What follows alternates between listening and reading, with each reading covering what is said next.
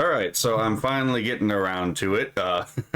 I promised Ohio that I would react to this video quite a while ago, and I even gave him a shout out in a previous video. I don't remember which one. I'd have to go through it again because, like, all of my videos are several hour long diatribes in a a subject, right? But yeah, so this is his song "Learning How to Prompt" by Ohio Birdman, and I do love this little this little meme he's got where it's like every statement he makes ends in tweet. It's like I love when people commit to a bit, to be perfectly honest. But yeah, as you can see, I've actually already seen this posted. I need to stop watching videos I'm tagged in because before I add them to the queue.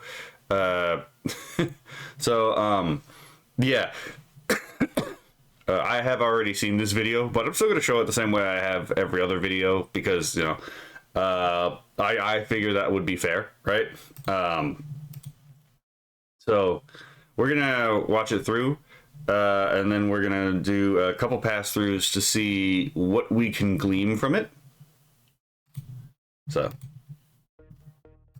right off the bat, we can already tell that the AI does still struggle a little bit with the text. It has some vague idea about what Japanese looks like, but you can tell it's like it still struggles with writing, right? It is an image generator. It is like an image and video generator after all, not a large language model.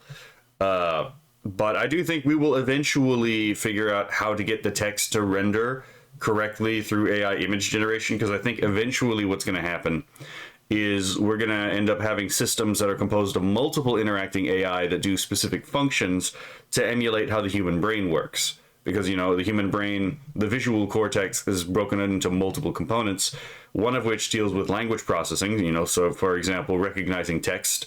And then you have other ones recognizing things like distance, space, shape, form, color. And I think that eventually we will eventually we will have AI video and image generators that will that will be broken apart into several components that then interact with each other to create a collaborative image that will honestly probably be significantly more sophisticated than we already are currently seeing. So, hold on.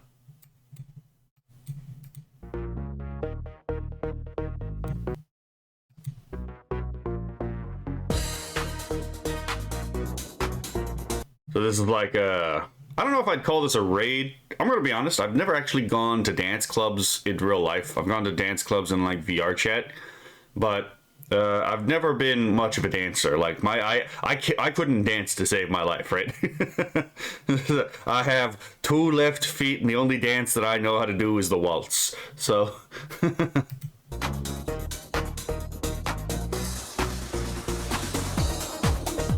so that's Bupela.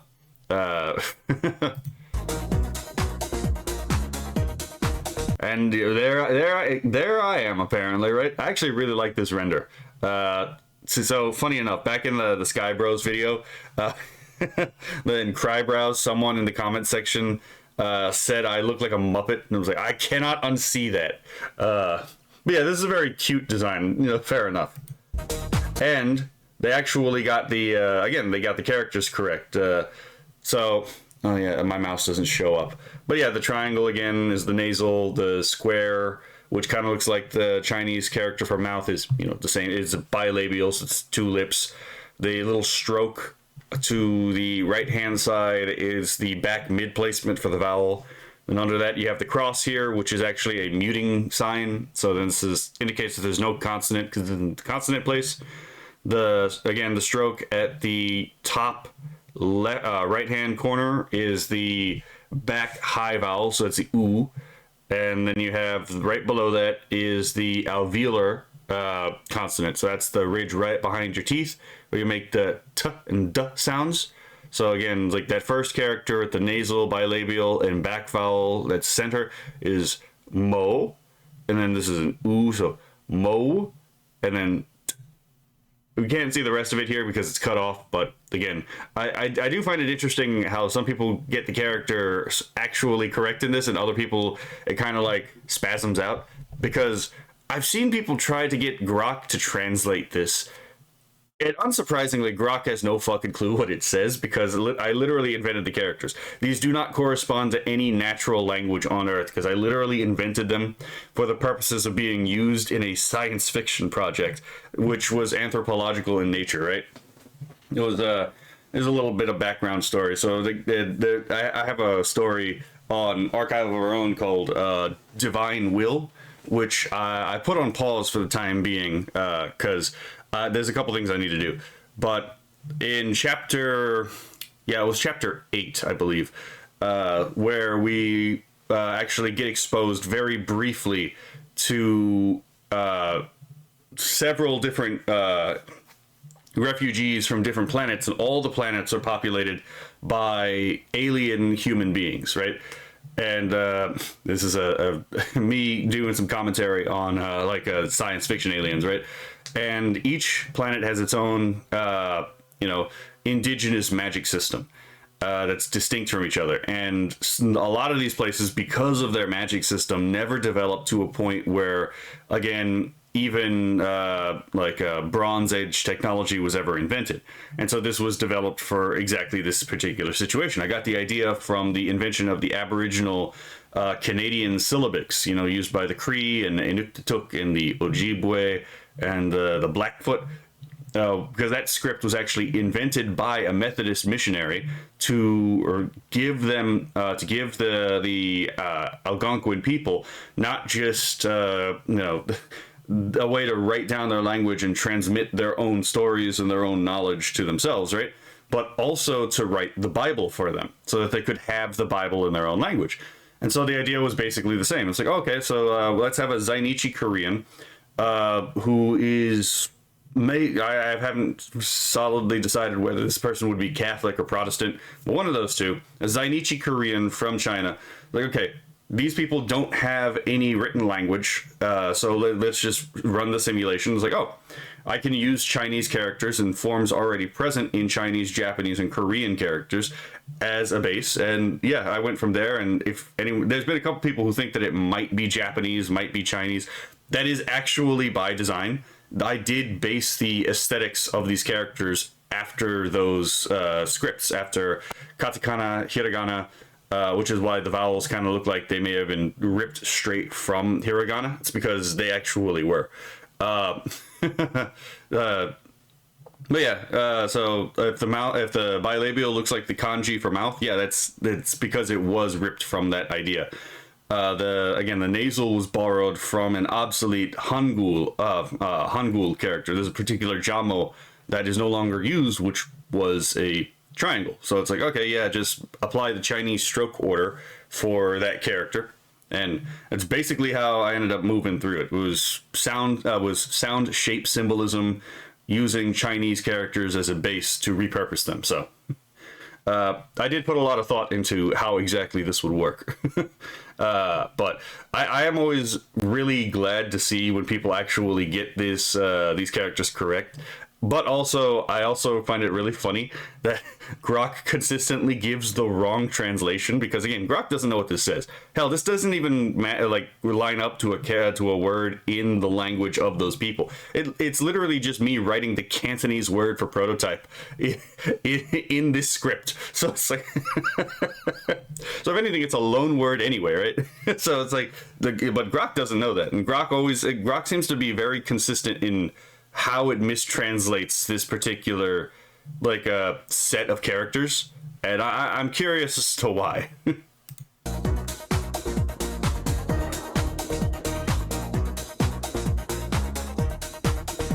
And that was the Birdman himself, the Cardinal. This is Nasky Holy Goddess and Trucker Man, if I remember correctly.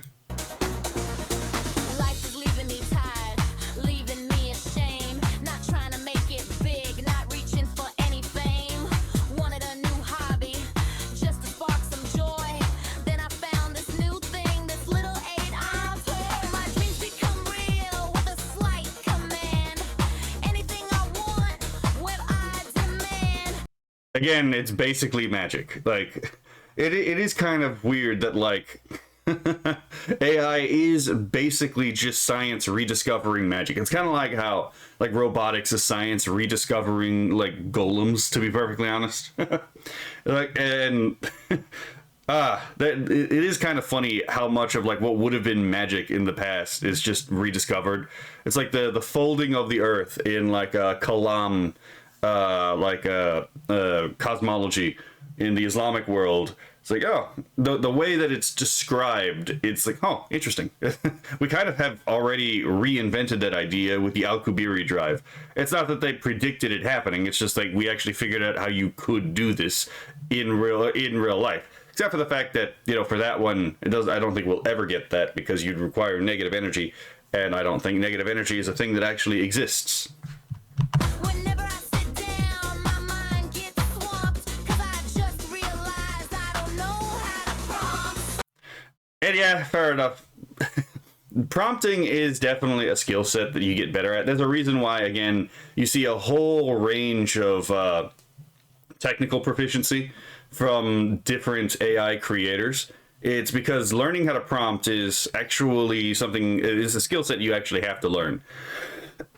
Now, if you come from an artistic background, you already have a bit of an advantage, but if you also come from like a writing background, you have a advantage there too. But if you don't have a background in either writing or art per se, this can be a slightly annoying thing to learn. But yes, learning how to prompt is a skill to maximize how you get the AI to actually do what you want it to do. Oh, I'm learning how to prompt. Oh, I'm learning how to prompt. Learning so much, my heart gets bold. Son of Peter Grok, they're all in my head. Jamming every night until I am dead. 'Cause I'm learning how to prompt.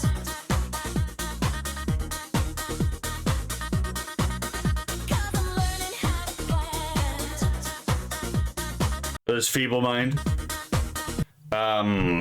Ovad Fatash, if I remember correctly. I thought Fatash was like a Indo-Iranian name. Apparently, it's actually an Arabic name. So, again, kind of funny that I had a whole video talking about how people don't understand the differences between sandbox nations, and then there's now 2 instances of me not knowing the difference between sandbox nations, right? Then there's hold on, Gaming Sin, and then Psychro. Had a whole conversation with both these guys on AI generation. A little bit outside of my pay grade, not gonna lie. I'm feeling more and more. All the silly tricks. It generates anything with only a few clicks. And then obviously that's that's Eustace the Useful.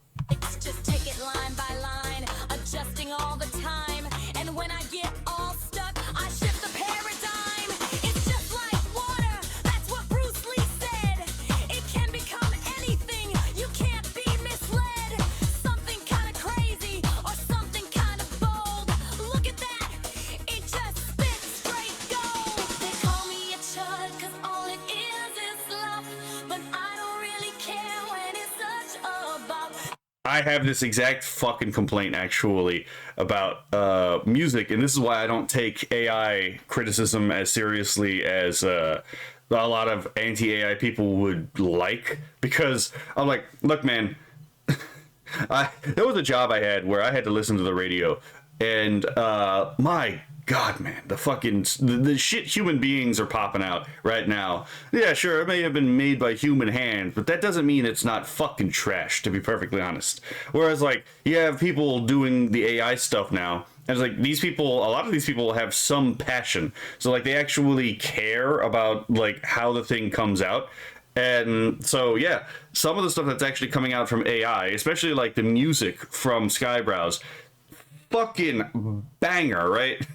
Fucking, we did that video analysis of Ripanami, and it's like, damn, even if I didn't have the background context of like the video, this is still actually a fucking bop.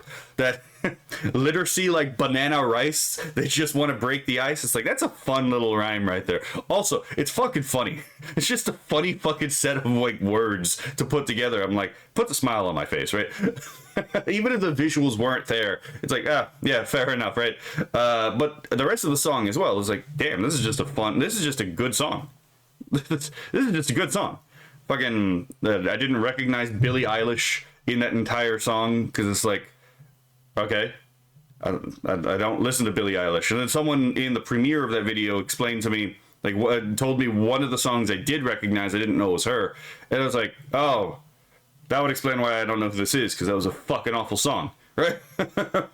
Oh my god. But yeah, although to be fair, my taste in music is definitely seems to be a little eclectic, right? I was always a big fan of like nu metal back in the day, and I've always liked progressive rock. You know, I quite enjoy Tool, for example. I know people like to shit on people who like Tool, Pussifer, and A Perfect Circle, but I'm like, man, a bop is a bop, right? if the music flows through you, it fucking works. Because oh my god, there does come a point where sometimes people just sound like they've read Mozart, and then they're like, ah, yes, he was right about music, and I'm like, I'm not a Moist or a Muslim, so it's like, Does it really even matter if it's from a GPT when it can reach out and touch you and me? I mean, I think that's a fair point, right? Like, in so many of these videos, I've been able to go through, even though they're AI generated, and like just pick apart them and find like, hey, there's actually a meaningful there's a meaningful way that the signs and symbols are actually composed into this final project. They're not perfect, obviously, right? The AI is still a tool in development, but again, the fact that like everything actually fits together in a meaningful framework and structure indicates that, again, there is meaning behind how this is articulated. And as someone who's actually done creation in the past, both, you know, drawing by hand as well as, you know, writing, I can tell you right now, a lot of people won't admit how much of drawing and writing is kind of just a happy little accident. It's like, oh shit, I didn't mean to do that, but we'll keep going with it anyway, right? We'll keep going with this anyway, because I think something's coming out of this. But yeah, that's a thing a lot of people, and I've talked to other artists about this before, and pretty consistently it's like, yeah, sometimes something happens and it's like, oh, well, we're gonna go in this new direction. I didn't see this coming, this wasn't intended, but this is probably a better direction to go anyway. I'm learning how to prompt. I'm learning how to prompt. Learning so much. And then there's Silas, My heart gets bombed. Lord Intellectual, and fucking Ember Paradox. I was gonna originally react to one of Lord Paradox's longer videos this weekend, but apparently I missed a whole arc between these two that's just funny as shit to me. Like, I that was like, hold on, excuse me. And considering, you know, how he was portrayed in the last video from Skybrows, I might have to look up Lord Intellectual's song.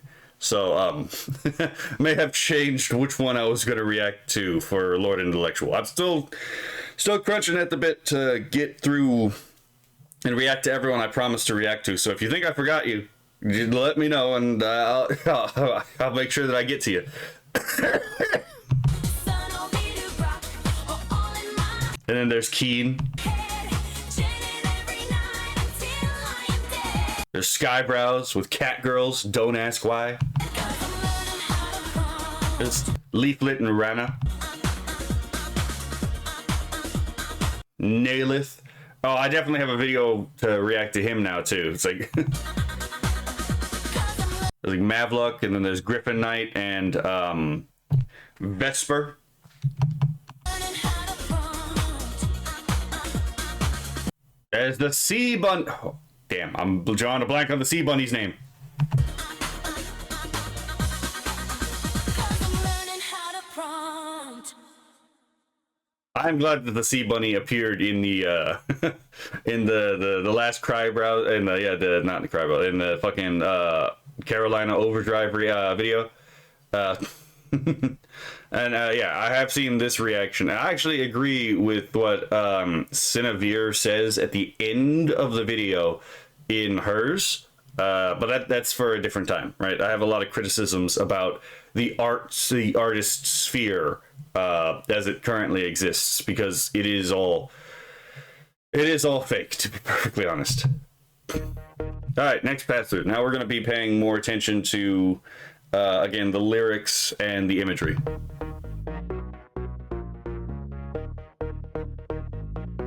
I know I don't do sound design like at all, so I'm not entirely sure what this device does, because again, I don't really do that. Like I am pretty sure though that has something to do with like different aspects of like the speaker, like the bass and all that kind of stuff. So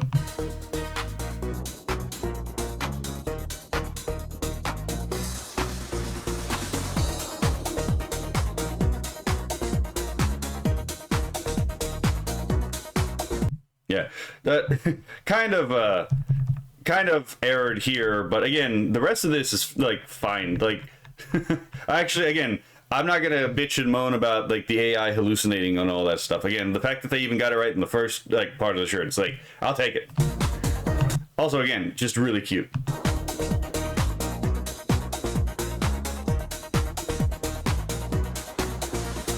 Life is leaving me tired, leaving me ashamed. Not trying to make it big, not reaching for any fame.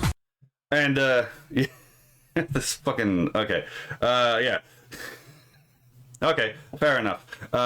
So life is leaving me tired, leaving me ashamed. So it's like, yeah, that is an experience a lot of people have. It's like, well, you work hard, and what particularly are you working for, right? There's a lot of people who are in that particular situation as of right now, because, again, all the fucking money launderers in power decided to money launder our futures away for the most part. So hopefully, if the swamp can actually be drained, we can actually get our futures back, right? Not to mention all the cultural chaos that has destabilized what would have been like a stable foundation for life in past ages, right? You know, think about how, for example, the state has destabilized the American family, for example, right? And I don't, you know, but again, leaving me tired. Hold on, let's go back. Life is leaving me tired, leaving me ashamed. So we already covered tired and ashamed. Because yeah, like you go to college and like you actually take college seriously, it's going to be exhausting, right?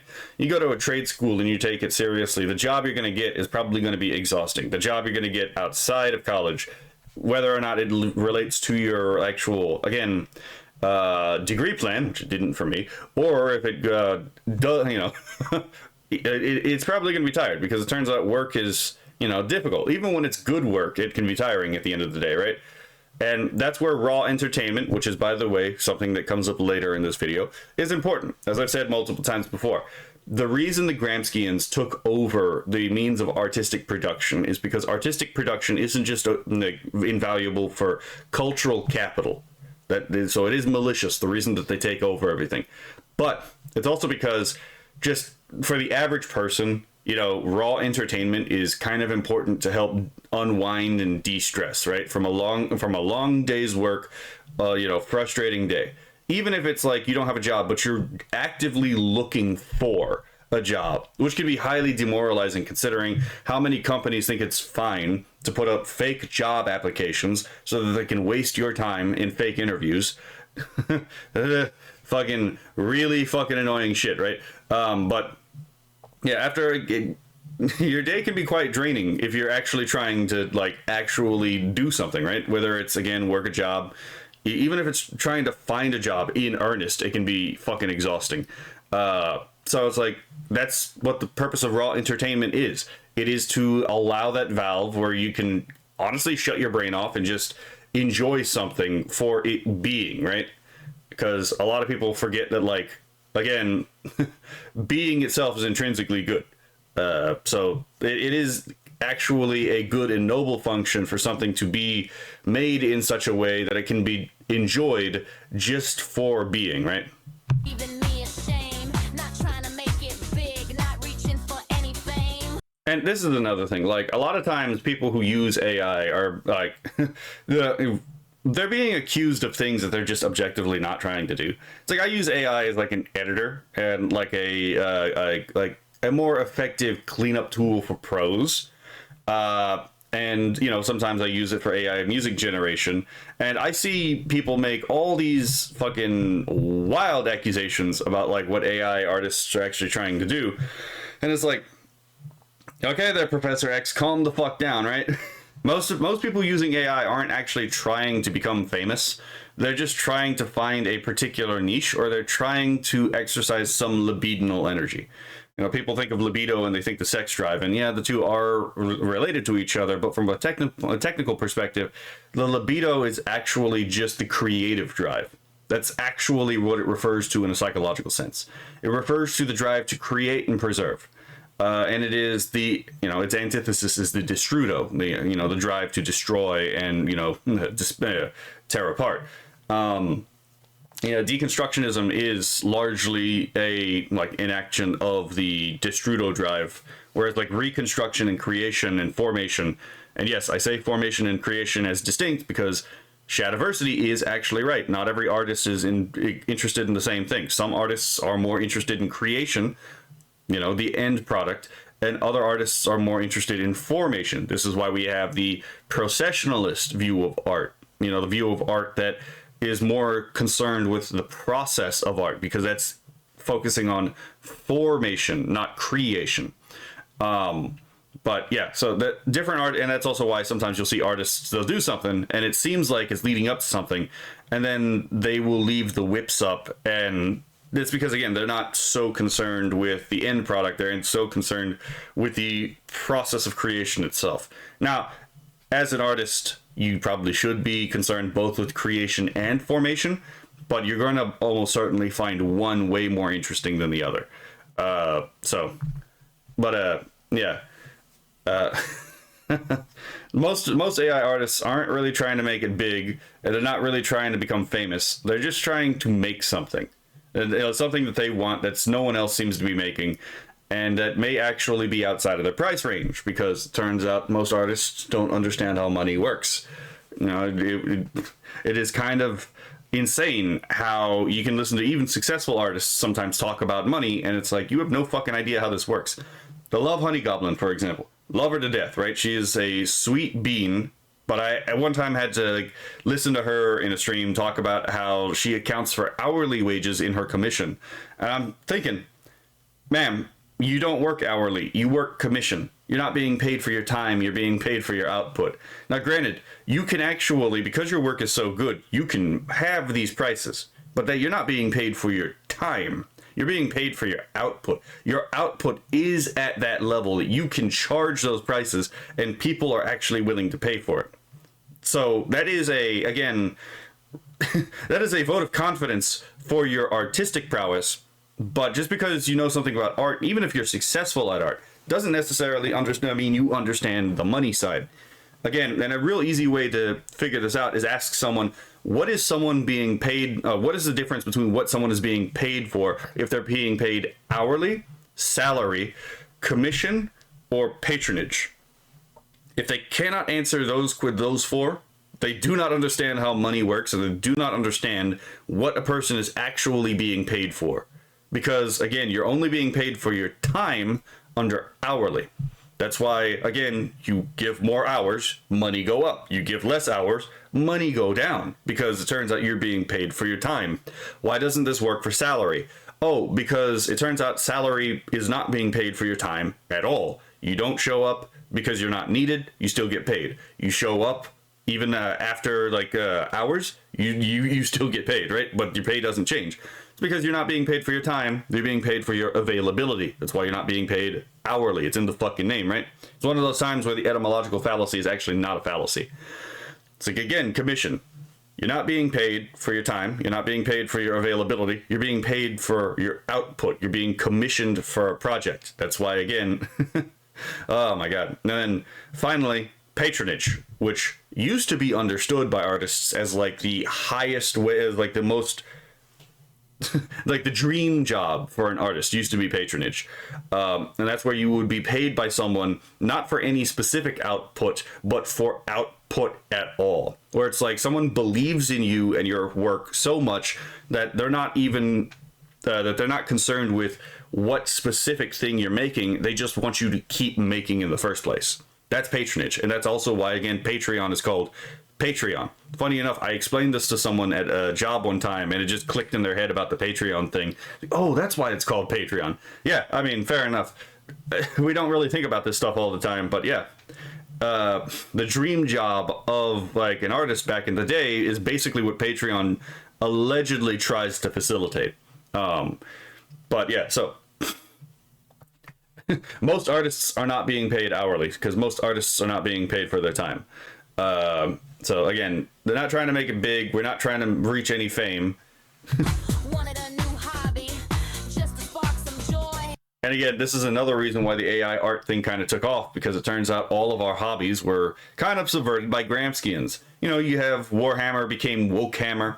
You had Dungeons and Dragons, and then all of the essential elements became subverted for the modern audience, right? Which doesn't really exist. It's meant as an alchemical process to make the modern audience. That's how they could say it's for a modern audience, and yet the modern audience doesn't exist.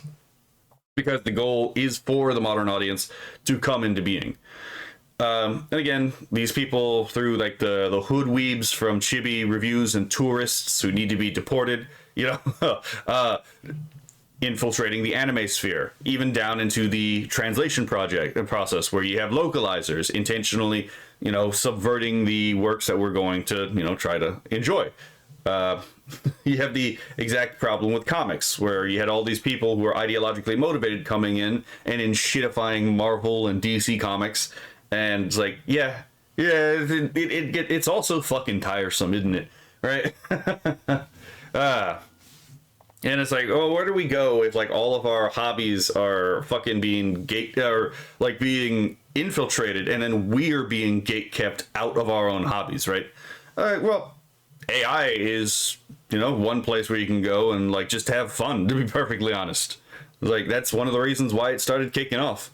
There are other reasons why it started kicking off, but yeah, like people have hobbies to like find, you know, to again have a method by which to exercise creation and just like love of being. Like, just, this thing is neat, I think it's neat, right? I like this thing, I want to spend more time on thing, right? But when everything is being subverted, it's like, well, then you have less and less place again to have that pressure valve to relax the stress, which is what the Gramscians want, because they want this to eventually develop into a powder keg that they can exploit. And it's another reason why I'm like, I don't really care for all the criticisms of AI art, because I think it is doing an essential function, even if it's not art. But if it's not art, half of your critiques fucking fall anyway, because it's like, if it's not art, then why are you criticizing it as if it is art? Right? Like, it's a literal category error at that point. But anyway, let's go. Then I found this new thing, this little AI toy. And that's the thing. Hold on. We're not trying to make it big. This is a little AI toy. This is a very perceptive thing, again. Because I'm like, look, man, a lot of us are just fucking around. A lot of us are just playing around. Like, a lot of us are just being goofy goobers. And we're having fun being goofy goobers. And a lot of AI people are like, I like the fact that these people are having fun being goofy goobers, just like I am having fun being a goofy goober. There are people with more serious projects that are using AI. That's fair, and it's their right to do so. It's their medium of creation, after all. But a lot of people, again, are just doing this because it's like fun. You know, this is just fun. Yeah, it is fun. It is actually just fun, and I don't really have to justify using it. It is just fun. It is justification enough to use it. My dreams become real with a slight command. Anything I want, what I demand. And yeah, there it is. That's the that's one of the appeals of AI generation is it is far less expensive than many of the commissions that we have for and you can tell, like, obviously one of the drawbacks for it being cheaper and faster is that you have all these artifacts that you can see frame by frame. But, you know, life is not a solution, and the life has no solutions. It only has trade-offs. No matter what decision you make, you're going to have some trade-off. If I commission an artist, there is a very high probability that they're going to forget about it for months at a time. And then, like, half a year later, or maybe even a year later, come back with something. It's a thing that I've had happen to me after commissioning art from someone, right? to help the, you know, the... And it's not like this isn't even like this happens like at every fucking level of the artistic world right now. So yeah, the benefit here is that, yeah, sure, it's imperfect, but you still at least get what you're asking for in a timely manner. And yeah, human beings can never compete with this, but if artists were actually better at time management, this again still wouldn't be much of an issue, because if they were better at time management, not only would they make more money because they'd have more commissions, but they'd have a more satisfied customer base, which isn't, you know, to be perfectly honest, kind of annoyed with them that they can't manage their time in their profession. Kirsha was absolutely right to crash out about her fucking the struggle she's had with artists. Pippa has been absolutely right to be crash out about the struggles she's had with artists. It's like, why would I go to an American or a Japanese artist who's going to take my money and not respect my time when I respect their commission, right? And because I'm being paid hourly, most of us are being paid hourly. So just remember the thing we were talking about, right? When the artist that you're commissioning does not respect your your your time hourly, or your availability if you're paid salary, or your what was the other one that, or your, you know, own productivity, because they can't schedule themselves correctly, you know, you can't be professional. That is a direct insult to again, your availability, your time, or your output, because that's what you're giving them. That's what your money represents to get at particular output. So yes, there is a real reason why a lot of people are kind of soured over, you know, on artists as like an industry. Yeah, anything I want at my command, anything I want when I demand, and sorry, we're going backwards here. My dreams become real with a slight command. Again, that sounds like magic to me. There's a bit of a sense of like wonder and joy that a lot of these AI artists have, because it's like, again, they say the magic words and then something comes up with the magic words, but it's not always what they want. So the more they learn how to use the magic words and how to structure the magic sentences, the more that they can reduce potentiality into actuality. Just look at, for example, the difference between, for example, Skybrows and the Louisverse versus many of the other AI artists out there. You could tell there is a wide chasm of skill and proficiency, because it's not, I mean, obviously you can make things even with simple commands, right?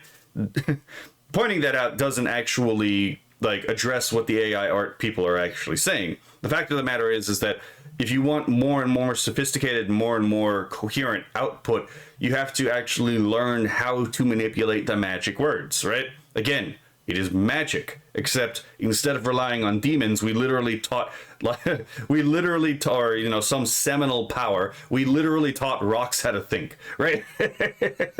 So it's like, again, science just rediscovered how to do magic, and the certain groups are just kind of annoyed that their social magic, right, is being threatened by technology.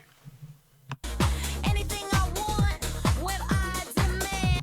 So yeah, it's again. Whenever I sit down, my mind gets swamped, 'cause I just realized I don't know how to prompt. And again, here's the issue where it's like, yeah, they're trying to make something, but they don't know how to get what's in their head come out of the AI in a way that other people can.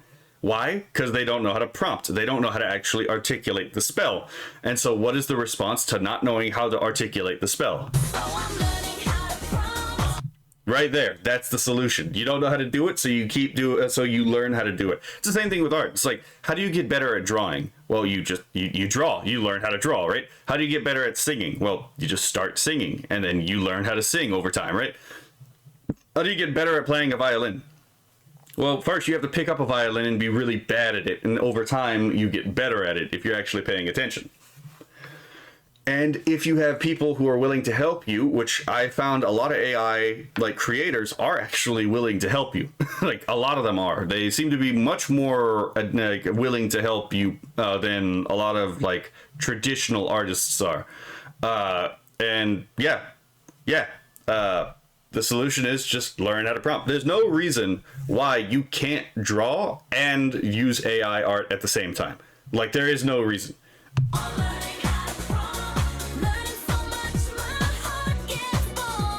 Boom.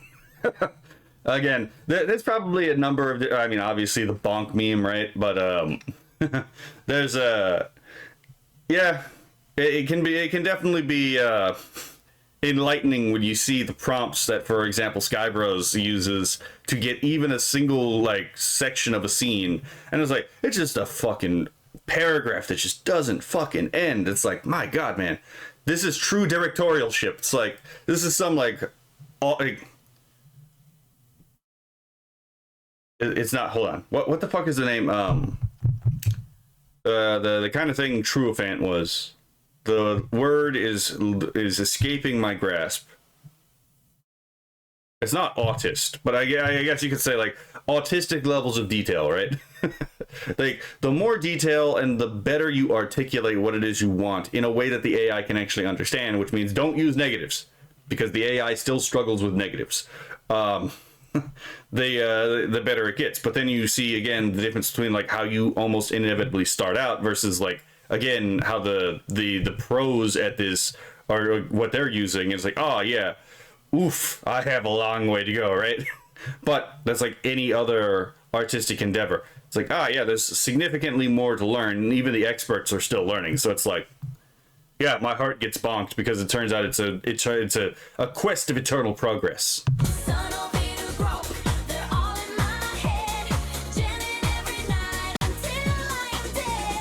Yeah, and that's how these people end up getting good, is again just like drawing every night, right? And then you get progressively better. Much like how, funny enough, PewDiePie learned how to draw in a year, right? How did he learn how to draw in a year? Well, he just drew every fucking day without any kind of break. And his brain eventually started developing those neural connections to make those associations required between what's in his head and between his eye and his hand, right?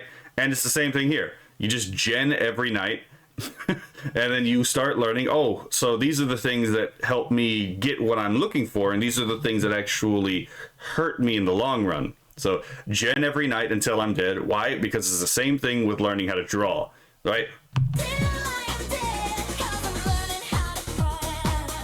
And then here you go from the previous scene where you have the younger artist,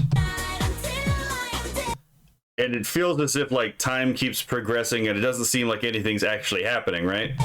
So genning every night until I am dead. It's like the feeling of clamoring at the bit, right?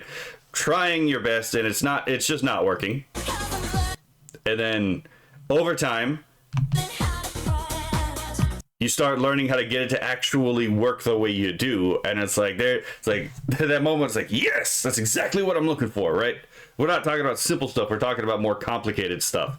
So there's that sense of satisfaction of like, I've learned the spells, I've learned the magic in order to reduce potentiality into actuality in a way that I want, right?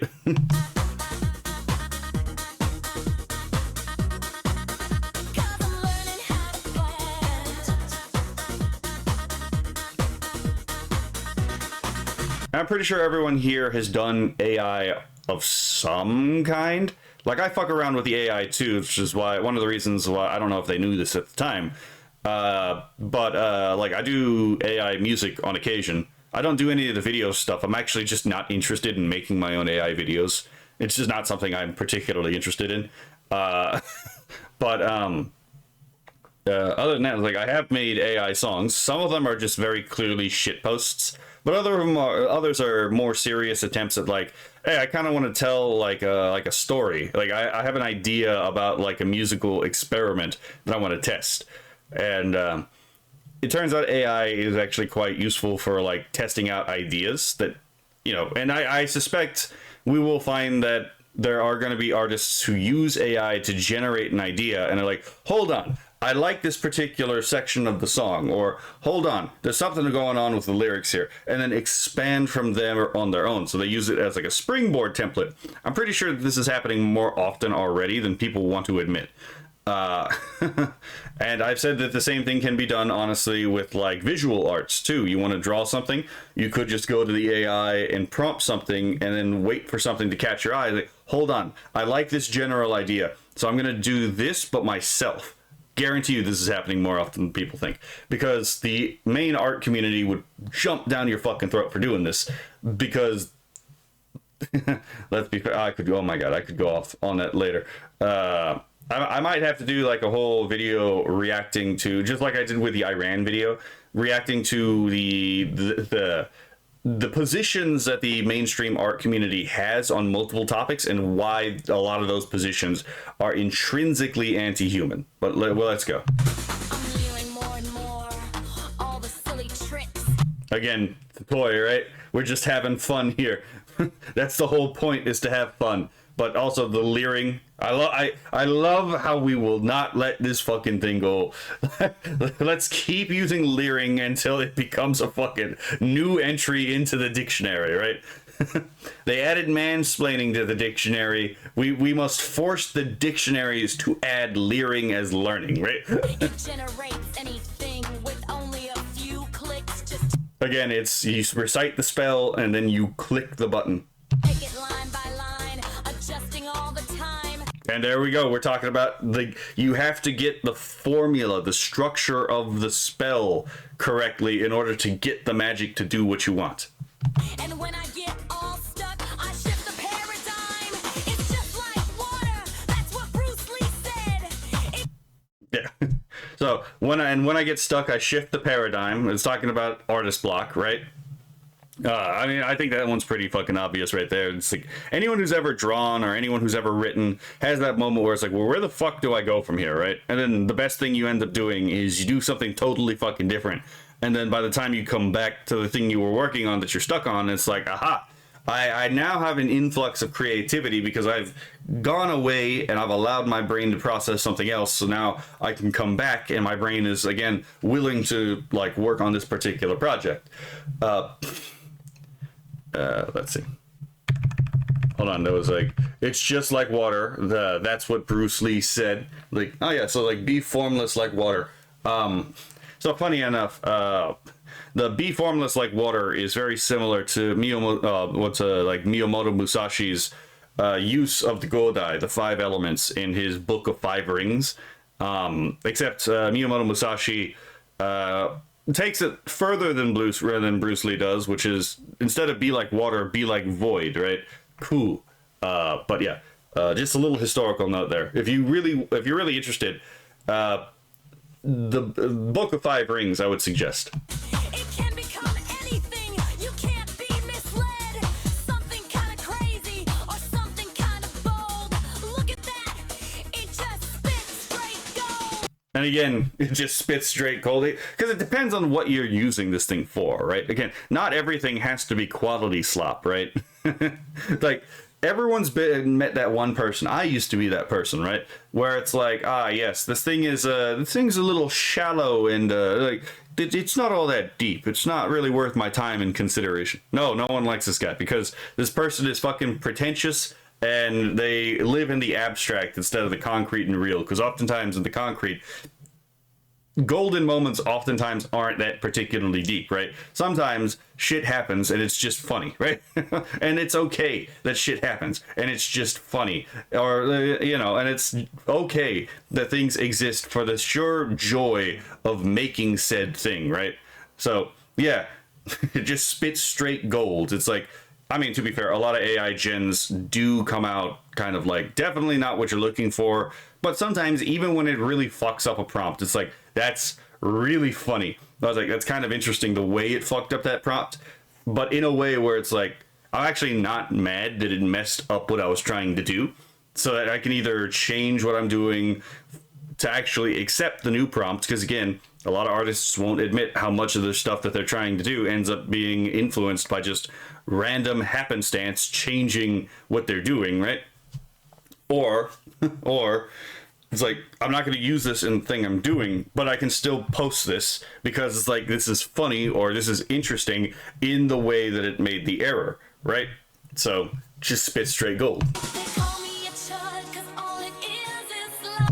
I am still not on the woke chud list, right? Even after my fucking 5-hour video in defense of the US invasion of Iran, I am still not, well, not invasion, but you know, the US deposition of the Iranian government. I am still not on the chud list. What fuck more should I do to be on the list of chuds? I am the literal James Lindsay of VTubers. I've mentioned Eric Vogelin several times on my videos. I've literally talked shit about Marxism, fucking Islam, and like all of the derivative ideologies. I have even called out apocalypticism in like the Western world, within Israel, and in the United States. What the fuck more must I do to be chud? Oh my god. It's also tiresome, chat, right? Anyway, they call me a chud because it's all because all it is slop. But I don't really care when it's such a bop. Again, this goes back to the we're just having fun, which is definitely a perfect place to put Lusty Links here, because again, Lusty Links isn't trying to do the same thing me or Lord Intellectual is trying to do, or Gleeman, right? And that's fine, because not everything has to be like cerebral and like analytical, right? Because I enjoy doing analytical things, right? I enjoy analytical philosophy. Even though technically, if you define analytical philosophy in a very technical way, I would not be part of the analytical tradition. I would technically be outside of that tradition. But anyway, so you know, notwithstanding, not everything has to be analytical. A lot of things can just be fun. And yes, there are times where it's like, do you understand, like, especially as someone who listens to foreign music, sometimes I get asked, do you know what they are saying in that song? And I'm like, do I fucking care? Right? The song tickles the dopamine receptors in my brain, right? I love the harmony, or I love the use of dissonance in this particular song, right? Like, do I really need to understand it? Well, the answer to that is I often do actually know what they're saying in many of the songs. Like, I have a bunch of JP music, and I have like music from several different indigenous artists where it's like, oh, I actually really like the sound here. Because here's the thing. Yes, lyricism is important, but your voice is also a musical instrument, right? It does actually affect the sound quality per se. In fact, actually, I'll use my own account as an example here. This is actually one of the reasons I try to avoid music in other. I've attempted it before, but I've recently avoided using other languages in like my music art generation. But I tried it here, and I wasn't so concerned with the explicit lyrics, like what they translated to, because this was not an exploration of doctrine like, you know, my songs, you know, Become God, or my song Eat God were, which were very explicitly exploring the theology of the Roman Catholic and Eastern Orthodox churches. But rather, this one was more a phenomenological, like, what does it feel like to exist in a Calvinist or hyper-Calvinist doctrine and not be assured of salvation, which is a really big problem that Calvinists and hyper-Calvinists actually have. Yeah, so like, the lyrics themselves aren't as technically proficient as those, but that's not the point. The point is, how does the words, which are in Dutch, play as an instrument in the song?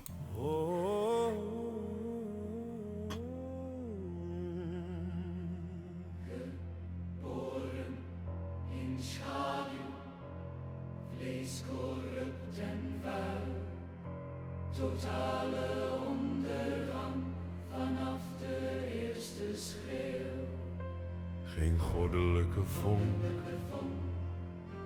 geen wil om licht te zoeken, volledig verdorven in zondes eeuwige nacht. Ben ik uitverkoren, genade onthouden, mijn ziel draagt de schaduw van uitverkorenen, spookt in mijn aderen. Geen ontsnapping aan ketens, gekwelde geest, leugens in elke adem. Verdoemd voor altijd, blanken naar de dood. Dieper doen in voorbestemde pruis. Geen genade voor verloringen, Twijfels verslinden, als wormen in het graf. Geen goed binnenin, geen weg tot redding. als uitverkoren onzichtbaar. Waarom dit diepe gat, herboren of verworpen in stilte ween ik. Werken zijn lompen, geloof een vluchtige droom. Horror ontvouwt in verkiezingsplaats. Schaduw van uitverkorenen, spookt in mijn aderen. Geen ontsnapping aan ketens, gekwelde geest, leugens in elke adem. Verdoemd voor altijd, lonken naar de dood. So yeah, I'm gonna stop it there. But yeah. So as far as I'm concerned, in music, your voice is also an instrument, and it needs to actually add something. First of all, the music should be such that if I took your voice out of it, the music would already be good. Take any fucking Tool song, and for the most part, if I took the voice itself out of it, the song would be fine. Same thing with A Perfect Circle and Pussifer, right? Same thing with Disturbed. I would still listen to an instrumental version of these songs. But again, the lyrics also matter. They also have to have their own intrinsic aesthetic quality as well. They have to serve a particular function. And together they have to actually, you know, create a composite whole that is greater than the sum of their individual parts. So your voice is itself a musical instrument. It should be such that even if you don't understand the lyrics, the fact that you have your voice in the song at all should add to the beauty of the song. And this is like a good way to test, for example, is give the song to someone who doesn't speak the language and see if it actually functions. Because again, obviously what you say in the lyrics is meaningful, but your words actually have to actually add to the aesthetic quality of the song as well, right? Anyway, so you know, I don't really care when it's such a bop. Yeah, fair enough, right? We're aiming for beauty here, right? And we struggle for it, but we're aiming for like some aesthetic quality, whether it be fun, whether it be cuteness, whether it be it just gets the body moving, right? Like when it's such a bop. Nobody can listen to like one of the Skybro songs and be like, this is, you know, yeah, sure, some of them can be a little cringe, right? But here's the thing, Otsu cringe, we are cringe, but we are free, right? And I don't really care if it's cringe to jam to AI music. If it's better than the fuck it, then it's better than the shit that is being produced by musicians, and I'm using air quotes here, which are currently being pushed over the fucking radio and online. Anyway. Does it really even matter if it's from a GPT when it can reach out and touch you and me? Yeah, and I agree with that too. It's like, it doesn't really matter that it comes from a computer. It's still a human being who had to gen this stuff in the first place, and it's still something that can bring people together, right? The Skybrowse community has been unironically one of the most helpful communities I think I've ever been in, and most active communities I think I've ever been in, precisely because a lot of us are we don't have our heads up our ass, to be perfectly honest, right? Even here, it's like, I understand that it is kind of ridiculous that I'm here spending over an hour trying to find meaning in an AI generated music video. First of all, I think this kind of exercise is fun, right? I actually quite enjoy literary criticism and literary theory as a class.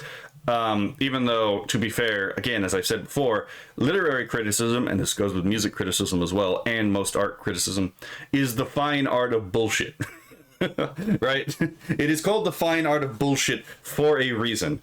But I also believe that some of the older literary critics, especially from like the semiotic and the structuralist, camps, are correct in that, again, signs, symbols, and structures, whether there be auditory, visual, or even tactile, actually mean something, and their meaning is defined in relation to each other.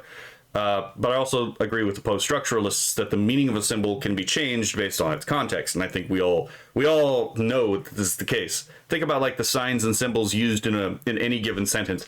Now say that sentence with sarcasm, right? No individual sign and symbol has been changed, but the context of the symbols have been changed, and so the meaning of those signs and symbols has been inverted. So in this case, the post-structuralists do actually somewhat have a point. So again, I find all this kind of stuff fun. Just because an AI has made this doesn't make it intrinsically meaningless. In fact, actually, the better the AI, because signs and symbols have objective meaning irrespective of what a person intends to say. It's one of the things where I don't like intentionalists. It's like intentionalism as a theory of art criticism or literary criticism is like, well, what did the artist mean by this? This is useful. This is useful in criticism. It is. But it's only really useful in examining how an artist successfully communicates their intention or actually miscommunicates their intention, because everyone here has had an experience where they have misspoken, right? Or what they said was not what they meant. And so we're all familiar with this. Artists can do this too. Artists can accidentally say something through the concretization of their metaphysic that they do not intend to say, right? We should all be able to understand if it's possible for us to misspeak, it's possible for an author to miscommunicate, or it's possible for an artist to miscommunicate. We should all fucking understand this. This is the function of intentionalism, or the proper function of intentionalism as a lens of literary and artistic criticism. See, how did they succeed or fail in communicating their intention? But other than that, the best forms of art and literary and music criticism are those which are more objective. So, for example, you have the objectivist school of literary criticism, which is the one I lean on when I say that, again, art in its very function, in its core, and what it is the concretization of a metaphysic, the view of man in his life, right? And then you have, for example, psychoanalytic criticism, or, or archetypal criticism. What is the psychology underlying all this, right? Then you have ones that are basically useless unless you're analyzing some ideological project in the first place. Like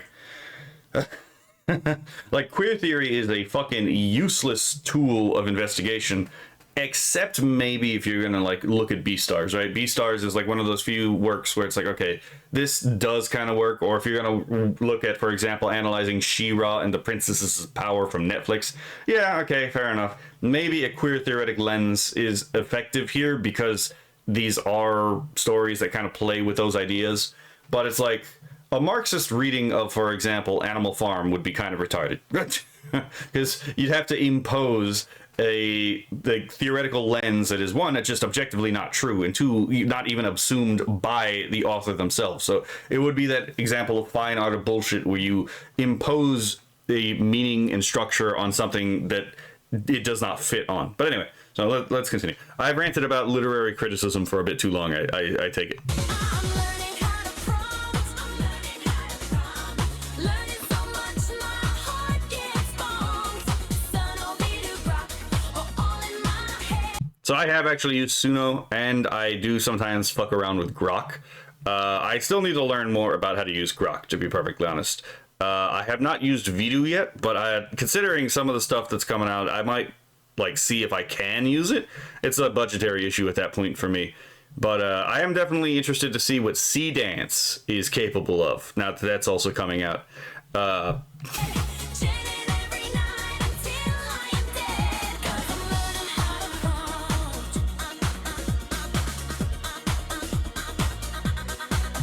'Cause I'm learning how to prompt. Damn, the AI dances better than I do. 'Cause I'm learning how to Did a cardinal just mog me in dance skills? Right? prompt.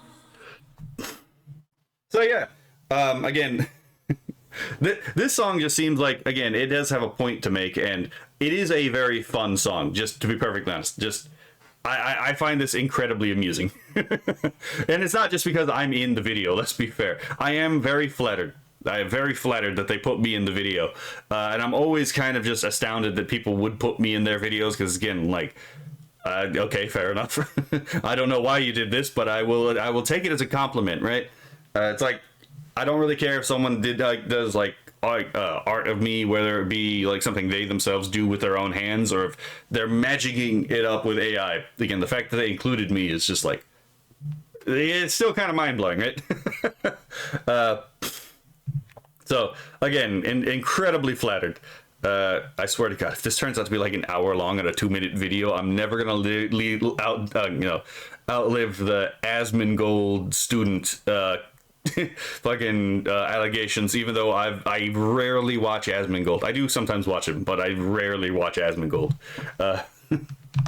So yeah, my evaluation is that this is a very good-hearted, but this is a very good-hearted, just fun video, to be perfectly honest.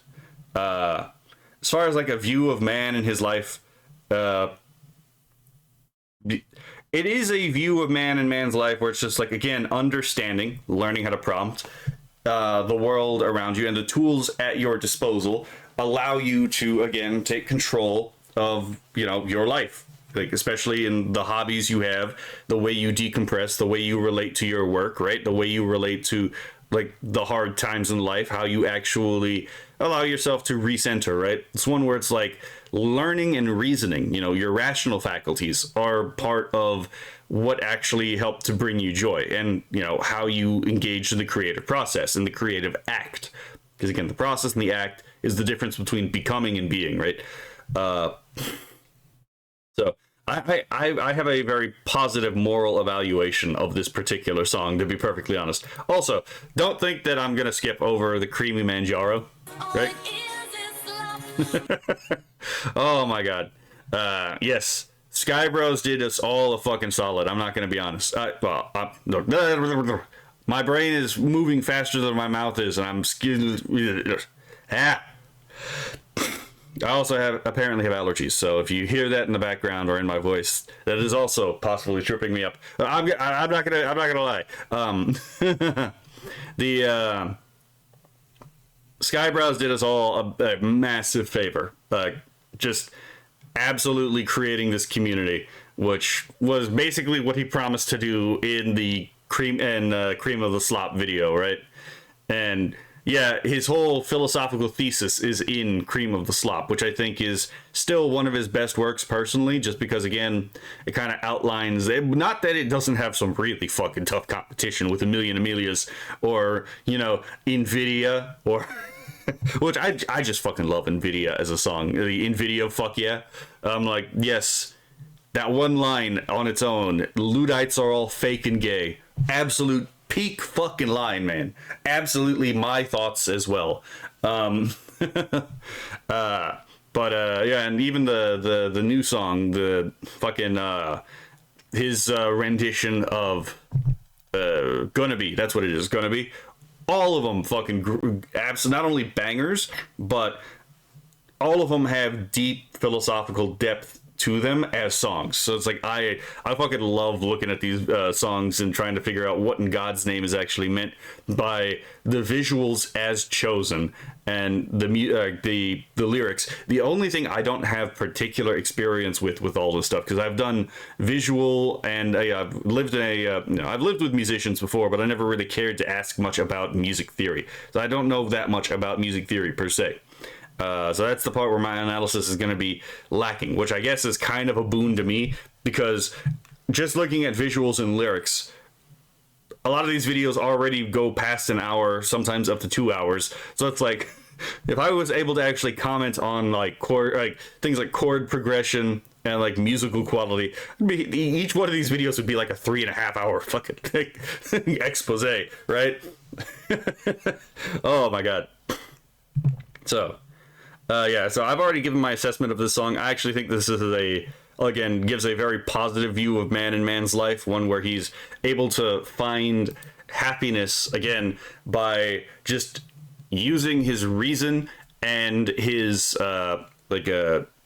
using his reason to actually supplement and augment his creative capacity, right?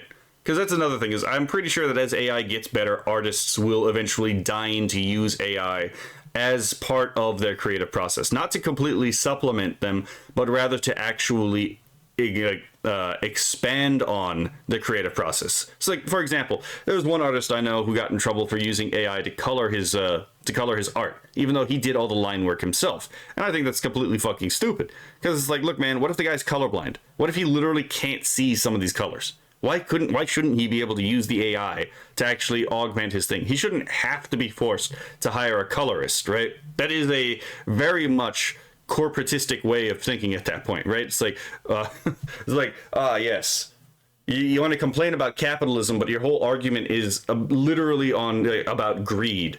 Like, don't use your money on what you want. Use your money on what I want you to use your money on, right? Anyway.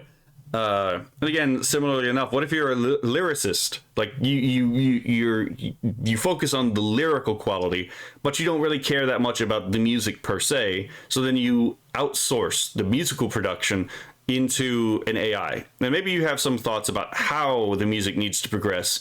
And so you're still involved in the musical production, even though the real core of your project is the lyricism, right? Or the exact opposite. What if your main point is the music, but you need help with the lyrics? There's no reason you can't use AI to help you form lyrics to the way that you need it to be formed.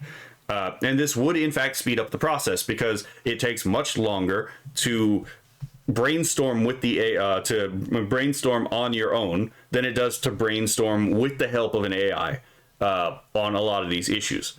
Or, again, to use AI to make up for what you literally can't do, again, with the colorblind thing. There's a reason why, for example, I don't really pay attention that much to color in my art. I only really do line work. It's because I myself am colorblind. You want to know why there's a lot of flat colors on my vector? Well, one, because I vectored this particular avatar in like 5 minutes. It wasn't that hard.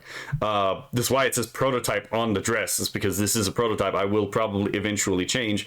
Although people have responded so well to the actual character design, I'm going to keep the character design. I'm just going to update the actual, like, the vectoring and the style and position at some point.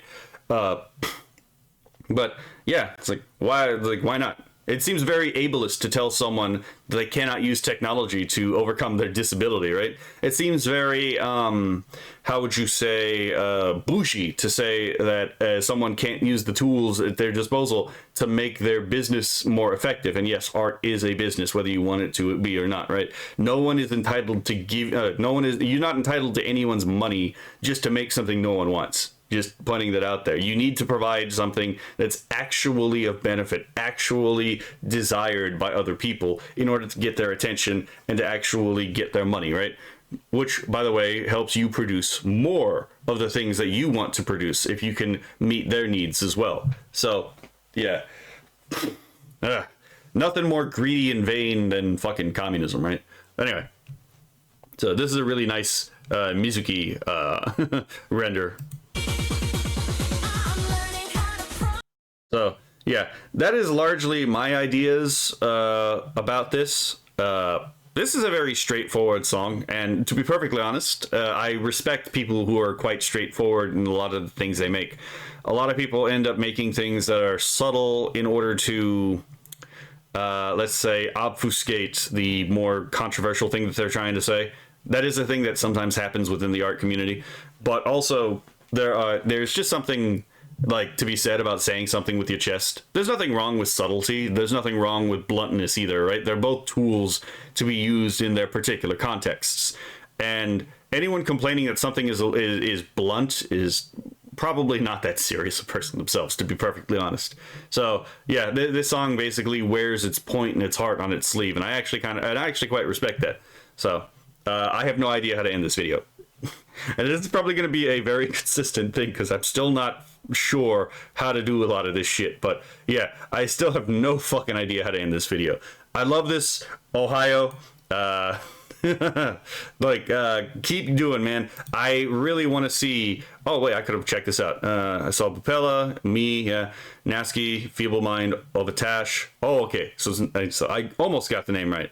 Gaming Sin, Psychro, Useless Useful, Luxury Links, Kitsune Mizuki, Silas Frost Runner, Lord Intellectual, Ember Paradox, Keen, Skybros, Leaflet Azare, Rana, let's see, Nihilith, Manthlook. Yeah, so I got everyone in here. So it was Vesper I got.